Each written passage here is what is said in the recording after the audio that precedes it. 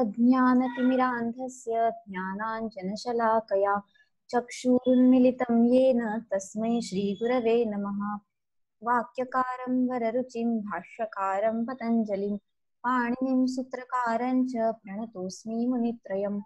अनादिनिधनं ब्रह्म शब्दतत्त्वं यदक्षरं विवर्तते अर्थभावेन प्रक्रिया जगतो यतः।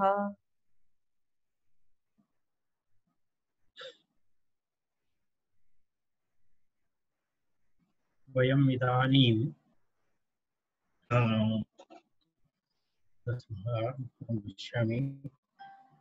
45 कारिका कारिका 45 कारिका इदानीं महत्वपूर्णविषयः आरब्धः। तत्र प्रथमम् उक्तम्, इदानीम् अहम् उक्तवान्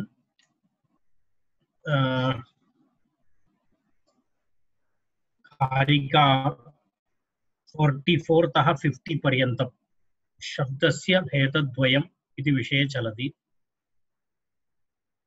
तत्र 44 द्वा उपादानशब्देषु शब्दो शब्दविदो विदुः एको निमित्तं शब्दानाम् अपरो अर्थे प्रयुज्यते इति उक्तम्। अर्थात् शब्दप्रकारद्वयम्, एकं तु वैखरीरूपेण यदुच्यते तस्य निमित्तम् एकः शब्दः, अपरः शब्दः अर्थावबोधनाय यस्य शब्दस्य प्रयोगं वयं कुर्मः वैखरी ध्वनिः सः द्वितीयः। एवं शब्दानां भेदद्वयम् इति उक्तम्। उपादानशब्दः अनुपादानशब्दः इति शब्दद्वयम् उक्तम्। तत्सर्वम् उक्त्वा तदनन्तरं द्वितीयकारिकायाम् आत्मभेदस्तयोः केचित् अस्तीत्याहुः पुराणकाः बुद्धिभेदाद् अभिन्नस्य भेदमेके प्रचक्षते इति वयं कारिकाम् आरब्धवन्तः। सामान्यतः तस्य सामान्य अर्थमपि अहम् उक्तवान् इति मन्ये। सामान्य अर्थविवरणमपि मया कृतं। तत्र एवं तस्य अन्वयः अस्ति। इदानीं पूर्वतनकारिकायां शब्दद्वयम् अस्ति इति उक्तम्। एकः किमस्ति, निमित्तं शब्दानाम् अपरं तु अर्थे प्रयुज्यते इति उक्तम्। इति शब्दद्वयम्। वयं यदा कस्यापि शब्दस्य प्रयोगात् पूर्वं तस्य प्रयोगाय, यदा गौः इति वा अश्वः इति वा घटः इति वा कस्यापि शब्दस्य प्रयोगात् पूर्वं तस्य किञ्चित् निमित्तं भवेदेव। तन्निमित्तम् एकः शब्दः। द्वितीयः शब्दः अर्थाभिव्यक्तिनिमित्तं ककारोत्तर घकारोत्तर डकारोत्तर इत्यादि वर्णयुक्त अक्षरयुक्त ये शब्दाः भवन्ति ते अपरः शब्दः इति द्वयम्। एतयोः मध्ये भेदः अस्ति इति केचन वदन्ति, एतयोः मध्ये भेदः नास्ति इति केचन वदन्ति। इति पक्षद्वयम्। तदेव तत्र उक्तं, केचित् पुराणकाः केचन प्राचीनाः आचार्याः तयोः मध्ये, अर्थात् एतस्य नाम किमुक्तं, किं वयं दद्मः, एकं निमित्तम् अपरं प्रतिपादकम् इति निमित्तप्रतिपादकौ शब्दौ। शब्दद्वयं, प्रथमः शब्दः निमित्तं, द्वितीयः शब्दः प्रतिपादकम्। तर्हि निमित्तप्रतिपादकयोः मध्ये आत्मभेदः इत्युक्ते स्वरूपभेदः अस्ति इति केचन वदन्ति, पुराणकाः वदन्ति। केचन प्राचीनाः आचार्याः तयोः इत्युक्ते निमित्तप्रतिपादकयोः भेदः अस्ति, आत्मभेदः स्वरूपभेदः अस्ति इति आहुः, कथयन्ति। केचन अन्ये आचार्याः, एके इत्युक्ते केचन अन्ये आचार्याः, अर्थात् प्रयोक्तृ श्रोत्रोः तत्र द्वौ भवतः। प्रथमं तु प्रयोक्तुः सम्बन्धितमस्ति निमित्तं, यः प्रयोगं करोति तस्य प्रयोगार्थं यत् निमित्तं भवति इति निमित्तमिति प्रयोक्तुः सम्बद्धमस्ति। अर्थाभिव्यक्तिनिमित्तं यद् वयं वदामः तद् श्रोतृविषयः अस्ति। तर्हि यः प्रयोक्ता भवति अनन्तरं यः शृणोति श्रोता भवति, एतयोः द्वयोः ज्ञानभेदानुसारम् अतः तदेव बुद्धिभेदात्। एके बुद्धिभेदात्, कस्य बुद्धिभेदात्? प्रयोक्तृश्रोत्रोः बुद्धिभेदात्। प्रयोक्तृश्रोत्रोः बुद्धिभेदात् प्रयोक्ता अस्ति, अनन्तरं श्रोता अस्ति। प्रयोक्ता श्रोता एतयोः द्वयोः बुद्धिभेदात्, बुद्धिभेदकारणेन तत्र किमस्ति? अभिन्नस्य शब्दस्य, अर्थात् एषः शब्दः अभिन्नः, निमित्तः शब्दः वा भवतु प्रतिपादकः शब्दः वा भवतु, एतयोः मध्ये भेदः नास्ति। तथापि किं भवति? अभिन्नस्य शब्दस्य भेदं प्रचक्षते, भेदं प्रचक्षते इति अस्ति। भेदं प्रचक्षते, भेदं प्रचक्षते इत्युक्ते तत्र नानात्वं स्वीक्रियते इत्यर्थः। अर्थात् यद् भिन्नं भिन्नम् अस्ति इति नानात्वं तत्र भवति, वस्तुतः भेदः नास्ति इति कथनस्य आशयः इति तत्र उक्तम्।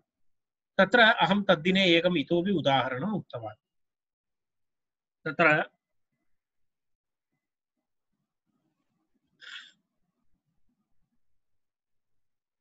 पश्यतु, तस्मिन् दिने अहम् उक्तवान् कपालद्वयसंयोगः घटस्य कारणम्। घटस्य कारणमस्ति कपालद्वयं भवति, अर्धभागद्वयं। तद् अर्धभागद्वयम् इति योजयति घटः भवति। तर्हि कपालद्वयम् अस्ति अस्माकं हस्ते, तत् कारणमस्ति। घटः कार्यमस्ति, घटः कार्यमस्ति। यदा जलाहरणम् इति कार्यं कपालद्वयेन तु न भवति। कपालद्वयं यदि योजयामः तर्हि तस्य घटत्वं प्राप्नोति। घटत्वं यदा प्राप्नोति तदा जलम् आनेतुं शक्नोति। तर्हि वस्तुतः घटः इत्युक्ते कपालद्वये एव, वस्तुतः भेदः नास्ति। कपालद्वयोः संयुज्य घटः जायते। घटः कपालद्वयात् भिन्नमस्ति वा? घटः कपालद्वयात् भिन्नं नास्ति। कपालद्वयं कारणमस्ति, घटः कार्यमस्ति। कारणकार्ययोः भेदः नास्ति, कारणमेव कार्यरूपेण परिवर्तते। तर्हि तत् कल्पितभेदः अस्ति। एकत्र कपालद्वयम् इति वयं वदामः, अपरत्र घटः इति वदामः। तर्हि तयोः मध्ये कार्यकारणस्य भेदः अस्ति इति वयं वदामः। तद्वत् अत्र एवमस्ति, यः वक्ता वदति तस्य वक्तुं यत् कारणं भवति, यत् निमित्तं भवति तद् भिन्नम्, अनन्तरं सः यत् शब्दरूपेण उच्चार्यते तद् भिन्नम् इति यद् वदति तत् केवलं कल्पितः भेदः अस्ति इति आशयः। अयं कल्पितः भेदः अस्ति, वस्तुतः भेदः नास्ति, परन्तु अयं कल्पितः भेदः अस्ति।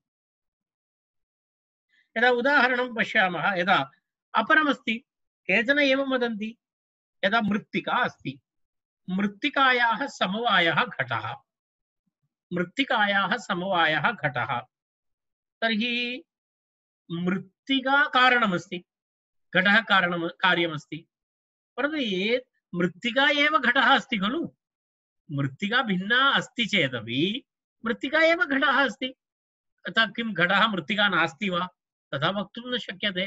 तर्हि केचन एवं वदन्ति, केषाञ्चन मतम् एवमस्ति, तत्र अभेदवादिनां मतमस्ति, यदा मृत्तिका अनन्तरं घटः इव अस्ति एतयोः सम्बन्धः। भेदवादिनः कथं वदन्ति? कपालद्वयं तदनन्तरं घटः इव अस्ति एतयोः भेदः। एवं भेदपक्षः अपि निमित्तप्रतिपादकयोः अस्ति, अभेदपक्षः अपि निमित्तप्रतिपादकयोः अस्ति। तर्हि एतद् वस्तुतः एवम् एतदेक भावना अस्ति। अर्थात् भेदवादी सामान्यतः नैयायिकाः, अभेदवादिनः सामान्यतः साङ्ख्याः च भवन्ति। अर्थात् भेदवादिनः एतद् भिन्नं भिन्नम् अस्ति इति के वदन्ति? इति नैयायिकाः वदन्ति। न तथा नास्ति, एतद् वस्तुतः भेदः नास्ति इति केचन के वदन्ति, ते अभेदवादिनः भवन्ति साङ्ख्याः। एवं साङ्ख्यानाम् अनन्तरम् एतेषाम् एवं मतभेदः अस्ति। तर्हि तत्र इदानीं कार्यकारणयोः एवं भेदः अस्ति इति केचन, कार्यकारणयोः भेदः नास्ति इति एवं केचन। तत्र एवमस्ति, स्फोटः अनन्तरं तत्र वैखरी ध्वनिः। स्फोटः इति शब्दः, तस्य उच्चारणं वैखरीरूपेण भवति, सः ध्वनिः इति। एवम् एतयोः मध्ये अभेदः अस्ति इति केचन उक्तवन्तः। तत्र कार्यकारणभावः अस्ति, कार्यकारणभावभेदः अस्ति इति केचन वदन्ति। तर्हि अभेदपक्षोऽपि प्रतिपाद्य भेदपक्षोऽपि प्रतिपाद्य तत्र भेदपक्षे एकम् इतोपि अभिप्रायं तत्र उपपादयति आचार्यः अग्रिमया कारिकया। तत्र अग्रिमा कारिकायाः अवतारिकां पश्यामः। तत्र वदति स्फोटः अनन्तरं वैखरी। स्फोटः इति तत्पूर्वं वयम् उक्तवन्तः निमित्तं। वैखरी इत्युक्ते ध्वनि, वयं यत् उच्चारणं कुर्मः। एतयोः द्वयोः मध्ये अभेदपक्षः अस्ति, परन्तु कार्यकारणभावः तत्र दृश्यते। अस्ति अभेदः, अभेदपक्षे अपि तत्र किमस्ति, कार्यकारणभावः दृश्यते। तस्मिन् विषये इदानीम् एकया कारिकया तस्य विवरणं कर्तुम् आचार्यः आरम्भं करोति।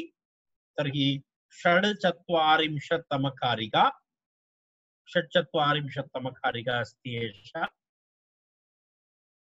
अहं कारिकाम् एकवारं पठामि, तदनन्तरं अग्रे वयं विवरणं पश्यामः।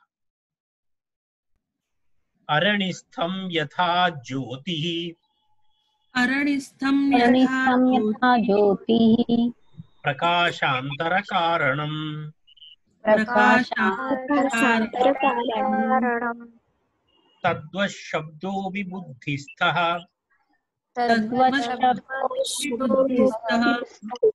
श्रुतीनां कारणं पृथक्।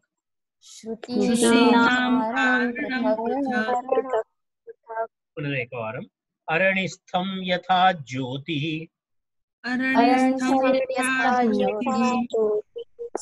प्रकाशान्तरकारणं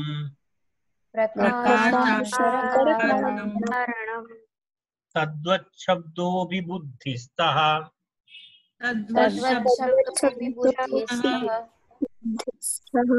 श्रुतीनां कारणं पृथक्।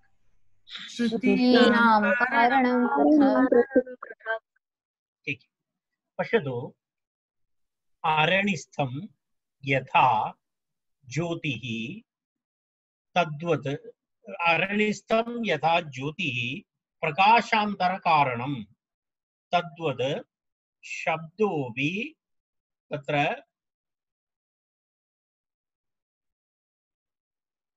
तद्वत् शब्दोऽपि तद्वत् शब्दः अपि इति पदच्छेदः। तद्वत् शब्दः अपि बुद्धिस्थः श्रुतीनां कारणं पृथक् इति पदच्छेदः। अरणिस्थं यथा ज्योतिः प्रकाशान्तरकारणं तद्वत् शब्दोऽपि बुद्धिस्थः श्रुतीनां कारणं पृथक् इति तत्र पदच्छेदः। तत्र एवमस्ति, तस्य वयम् अन्वयं पश्यामः। तत्र भवन्तः जानन्ति, यज्ञादिषु अरणीनाम् अरणि इति भवन्ति। अरणि इति वृक्षविशेषः, शमी वृक्षः, शमी इत्युच्यते, तदेव अरणि। अरणि अरणि इति अरणिस्थम् अर्थात् अरणि मध्ये स्थितं काष्ठम्। अरणि इति काष्ठम् अस्ति अत्र। यत्र यज्ञे अग्निज्वालनार्थं यस्य उपयोगः भवति तस्य अरणि इत्युच्यते। अरणि इत्युक्ते वस्तुतः काष्ठानि, परन्तु यज्ञस्य तद् एकं पारिभाषिकशब्दः। यज्ञे अग्नि उत्पत्ति निमित्तम् अग्निज्वालनाय येषां काष्ठानाम् उपयोगं करोति तस्य नाम अरणि इत्युच्यते। सामान्यतः अरणि निमित्तं शमी वृक्षस्य भवन्तः यदा शमी इत्युक्ते भवन्तः यदा विजयदशमी दिवसे तद् स्वर्णदानम् इति भवन्तः उक्त्वा सर्वान् मोहयन्ति, सुवर्णं किमपि न भवति, पत्ता ददाति, तर्हि तत्र सुवर्णदानम् इति वदति, तद् शमी इति अस्ति। शमी अग्निगर्भां शमीमिव इति कालिदासः शकुन्तलायाः गर्भवत्याः शकुन्तलायाः विषये तत्र वयं श्रुतवन्तः। कालिदासः वदति अग्निगर्भा इति शकुन्तला वर्णः क्रियते निमित्तम्। अरणिस्थम् इति तत्र उक्तम्। अरणिस्थम् इत्युक्ते किमस्ति? तत्र अरणि इत्यस्मिन् वर्तमानम् इत्यर्थः।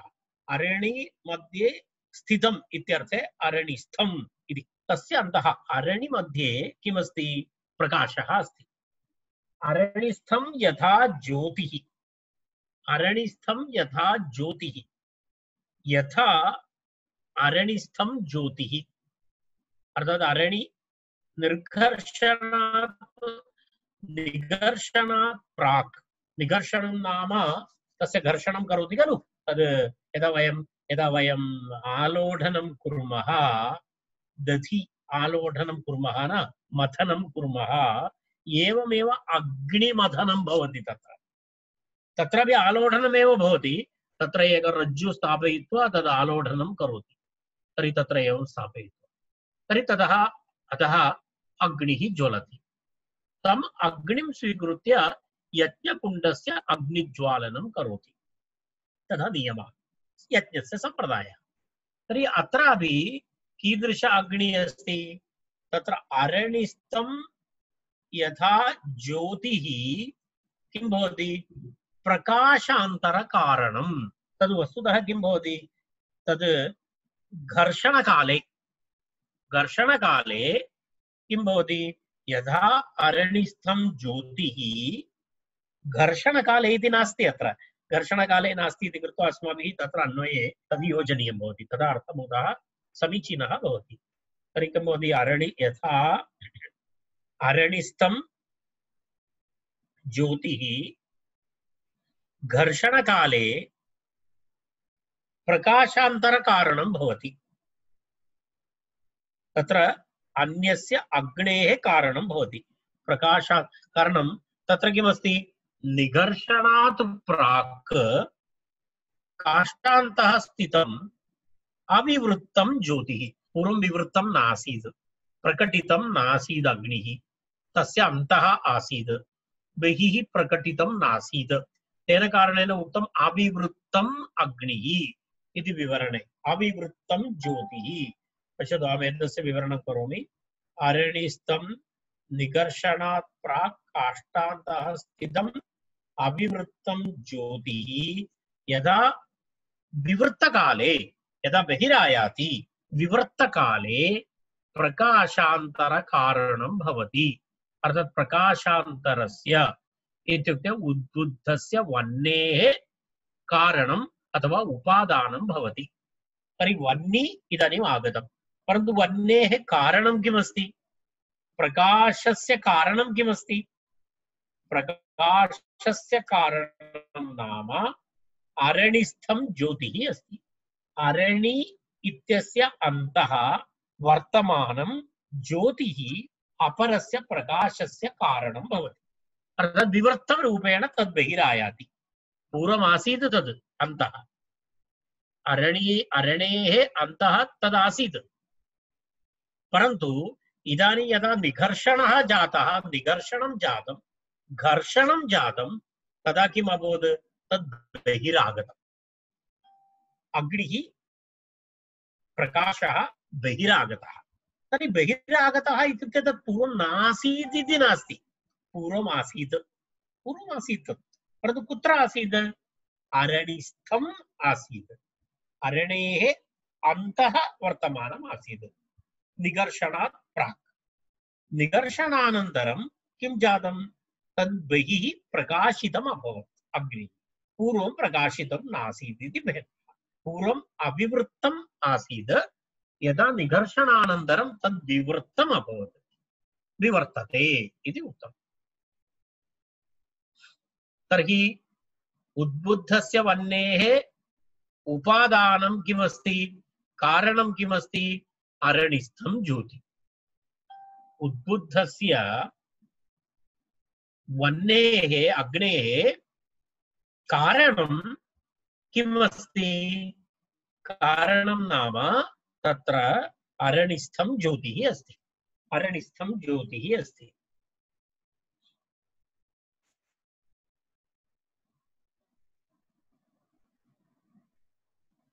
तर्हि पश्यतु, तत्र एवमस्ति, निघर्षणात् प्राक् अग्निः आसीत् तत्र। स एव अग्निः निघर्षणानन्तरं प्रकाशरूपेण परिवर्तितः, बहिरागतः, प्रकाशितः। प्रकाशितः अर्थात् कारणं कार्यम्। इदानीं कारणं किमस्ति? कारणम् अरणिस्थं ज्योतिः। कार्यं किमस्ति? इदानीम् उद्भूतः अग्निः। उद्बुद्धः अग्निः कार्यं भवति। तर्हि इदानीं निमित्तमपि अभवत्। निमित्तम् अथवा कारणं कार्यम्, एतद्द्वयं दृश्यते अस्माकं पुरतः इति। तत्र एतद् उदाहरणं दत्त्वा भर्तृहरिः अग्रे किं प्रतिपादयितुम् इच्छति इति वयं पश्यामः। एतद् उदाहरणं स्पष्टम्। अर्थात् एकं निमित्तम्, अपरं कार्यं। कार्यम् उद्बुद्धः अग्निः, कारणम् अरणिस्थं वह्निः, अरणिस्थं ज्योतिः इति उक्तम्। तद् विना, कारणं विना तस्य कार्यस्य उत्पत्तिः न भवति इति स्पष्टम्। इदानीम् आचार्यः तद्वत् इत्युक्त्वा अग्रे किं वदति? तद्वत् बुद्धिस्थः शब्दः अपि, बुद्धिस्थः शब्दः अपि किं भवति? उच्चारणकाले, तद् श्लोके नास्ति, उच्चारणकाले इति अस्माभिः स्वीकर्तव्यं भवति। उच्चारणकाले तद्वत् बुद्धिस्थः शब्दः अपि उच्चारणकाले पृथक् श्रुतीनां कारणं भवति। भवति इति शब्दः क्रियापदम् अध्याहर्तव्यं, तत्र नास्ति। भवति इति क्रियापदम् अस्माभिः अध्याहर्तव्यं, तत्र नास्ति। एते शब्दाः, केचन शब्दाः तत्र अध्याहरणीयाः अन्वयस्य पूर्णतायै। तत्र इदानीं पुनरपि एकवारम् अहम् अन्वयं वदामि। तद्वत्, तेन प्रकारेण, तद्वत् इत्युक्ते तेन प्रकारेण बुद्धिस्थः शब्दः अपि, यः प्रयोक्ता भवति, वक्ता भवति, तस्य बुद्धौ यः शब्दः भवति, तदेव वयं पूर्वम् उक्तवन्तः। तत् किमस्ति? निमित्तम् इति उक्तवन्तः। प्रयोक्तुः बुद्धौ यः शब्दः भवति, सः शब्दः निमित्तम्। निमित्तस्य अपरनाम वयं स्फोटः इति वयम् उक्तवन्तः। सः स्फोटः, सः स्फोटः। तर्हि तद्वत् बुद्धिस्थः शब्दः, बुद्धिस्थः शब्दः इति अपि किं भवति? उच्चारणकाले किं भवति? पृथक् श्रुतीनां कारणं भवति। श्रुतीनाम् इत्युक्ते भिन्नभिन्नशब्दानाम्। एषः शब्दः कीदृशः? वैखरी। यदा उच्चारणानन्तरं भवन्तः ये शृण्वन्ति ध्वनिः, शब्दः इत्येव प्रयोगः उभयोरपि। अर्थात् स्फोटस्यापि वयं शब्द इत्येव व्यवहारं कृतवन्तः अत्र। तदनन्तरं यद् वैखरीरूपेण यद् उच्यते, ध्वनिरूपेण यद् उच्यते, तस्यापि वयं किं नाम दत्तवन्तः? तस्यापि नाम किमस्ति? तस्यापि नाम शब्दः इत्येव अस्ति। परन्तु भेदः एकः शब्दः अपरः ध्वनिः इति अस्माभिः ज्ञातव्यम्। एकः शब्दः अपरः ध्वनिः इति अस्माभिः ज्ञातव्यम्। तर्हि किम् उक्तम् इदानीं? तद्वद् बुद्धिस्थः शब्दः अपि उच्चारणकाले किं भवति? पृथक् श्रुतीनां कारणं भवति, शब्दानां कारणं भवति। यदा पश्यतु कथं, यदा उदाहरणं पश्यतु, अरणिस्थं ज्योतिः विवृत्तस्य उद्बुद्धस्य अग्नेः कारणं भवति। एवमेवम् अत्रापि यस्य अर्थात् प्रयोक्तुः बुद्धिस्थः शब्दः उच्चारणकाले श्रुतीनां कारणं भवति। श्रुतीनाम् इत्युक्ते उच्चारितानां शब्दानां कारणं भवति अथवा उच्चार्यमाणानां शब्दानां कारणं भवति इति द्वयोः सम्बन्धः। एवं तत्र किं भवति? तत्र एवम् एतेन उदाहरणेन तत्र आचार्यः एकं किं वदामः, तद् उदाहरणेन एतत् प्रतिपादयति। तत्र यदा बुद्धौ तत्र एवमस्ति, यदा पूर्वम् अग्निः आसीत्, तस्य अन्तः आसीत्, परन्तु सः अग्निः निर्घर्षणात् पूर्वं, यदा निर्घर्षणं भवति खलु, निर्घर्षणात् पूर्वं तस्य अन्तः आसीत्, निर्घर्षणानन्तरं दीप्तः जातः। एवमेव प्रयोक्तुः बुद्धौ यः शब्दः भवति तद् वस्तुतः यदा उच्चारणं कृतवान् तदा परश्रवणगोचरः शब्दः जातः। तस्य निमित्तं यदा अरणिस्थवह्निः स्वयं प्रकाशमानः न भवति, एवमेव यदा बुद्धिस्थः शब्दः अपि किं नास्ति, बुद्धिस्थः शब्दः अपि स्वयं न प्रकाशते, तद् ध्वनिरूपेण यदा प्रयोक्तुः श्रमेण तद् प्रकाशितः भवति इत्यर्थः।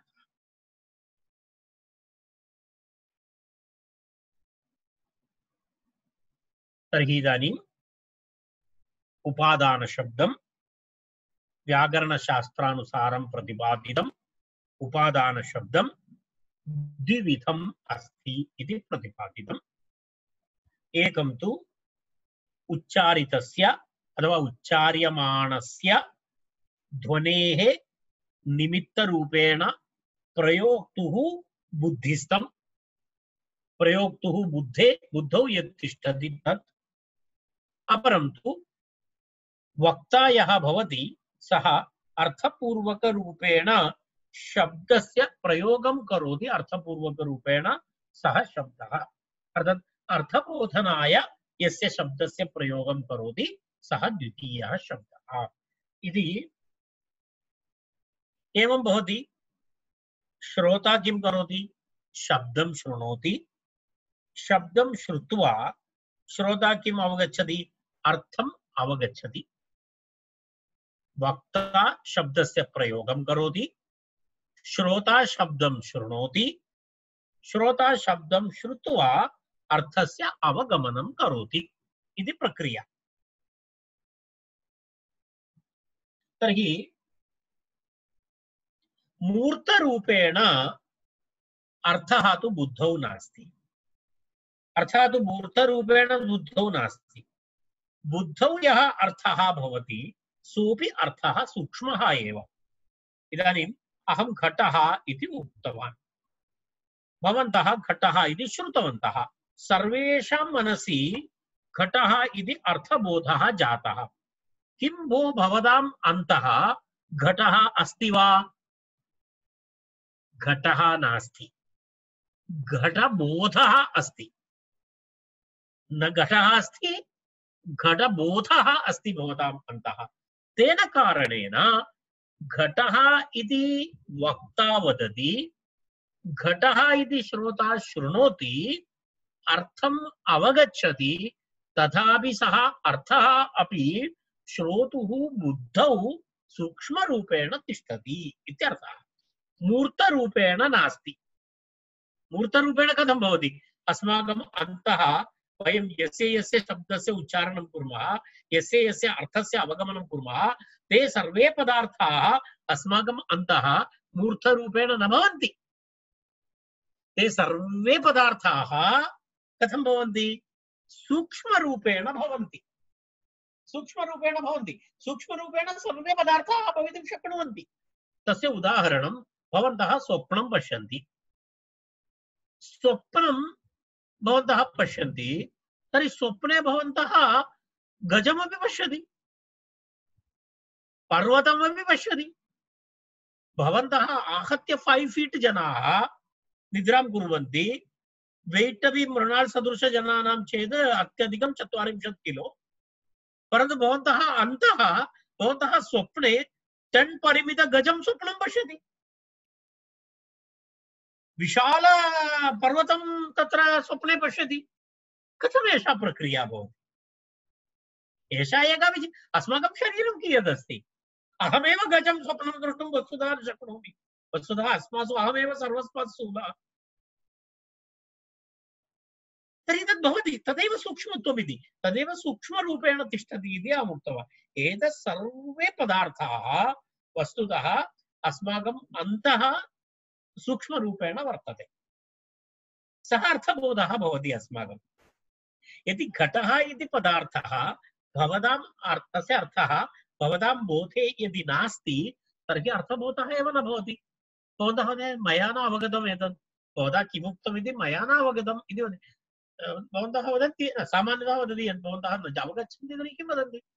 मला माहिती नहि बाबा इति वदन्ति अन्ततो गत्वा। तस्य कारणं किं? तस्य अर्थबोधः न जायते तस्य अन्तः। अथवा भवन्तः वदन्ति अहं न अवगतवान्, अहं न अवगतवती इति उत्तरं भवति तत्र। तस्मात् तत्र किं मया उक्तं? मूर्तरूपेण अर्थः श्रोतुः बुद्धौ अपि नास्ति, उभयत्रापि नास्ति। तेन बुद्धिस्थः अर्थः अपि किमस्ति? सूक्ष्मः शब्दः एव। सोऽपि सूक्ष्मः शब्दः एव। शब्दार्थ संबंधः नित्यः। शब्दः अर्थः तयोः संबंधः, शब्दस्य अर्थस्य च संबंधः नित्यः अस्ति। तेन कारणेन तयोः संबंधः नित्यः इति कारणेन शब्दः कः, अर्थः कः इति वयं भिन्नं भिन्नं कर्तुं न शक्नुमः। अर्थात् यदा वक्ता अर्थस्वरूपेण शब्दस्य प्रयोगं करोति चेदपि श्रोता शब्दस्वरूपेण अर्थम् अवगच्छति चेदपि वस्तुतः एतत् सर्वं विवरणसौकर्याय उच्यते। श्रोता किं करोति? अर्थ अवगमनाय शब्दस्य प्रयोगं करोति। अर्थात् वक्ता अर्थस्वरूपस्य शब्दस्य प्रयोगं करोति। श्रोता शब्दस्वरूपम् अर्थं गृह्णाति। एतत् सर्वं केवलं विवरणभेदः अस्ति, न अधिकं ततोपि इति तस्य आशयः। तद् एवं शब्दः बुद्धिस्थम् अस्ति। तद् मूर्तरूपेण न भवति, वस्त्वात्मकं नास्ति इति कृत्वा तत्र किं भवति इदानीं? तर्हि वस्त्वात्मकं नास्ति तर्हि तत्र एकः प्रश्नः अस्ति। यदा एतत् सर्वं मूर्तरूपेण नास्ति, एतत् सर्वं सूक्ष्ममस्ति, तर्हि तत्र एकः प्रश्नः भवति। घटः इत्युक्ते तस्य ध्वनिः यद्भवति घटः इति, तेन घटः इति उच्चारितेन ध्वनिना पटः इत्यस्य बोधः किमर्थं न जायते इति प्रश्नः। अर्थात् घटः इति उच्चारितः, ध्वनिः घटः इति। तर्हि घटः इति उच्चारितेन ध्वनिना किमर्थं पठस्य बोधः न जायते? कारण भवन्तः किम् उक्तवन्तः? शब्दः बुद्धिस्थमस्ति इति उक्तं, तत्र वस्तुत्मकं नास्ति इति उक्तं, तत्र केवलं श्रोता श्रुत्वा अवगच्छति इति उक्तं। तर्हि किं घटः इत्युक्ते किं, कथं घटः एव ज्ञायते, किमर्थं पटः इति न ज्ञायते इति एकः प्रश्नः। तस्य उत्तरम् अग्रिमे कारिका। तर्हि एषा कारिका अत्र इदानीं समाप्ता। का कारिका?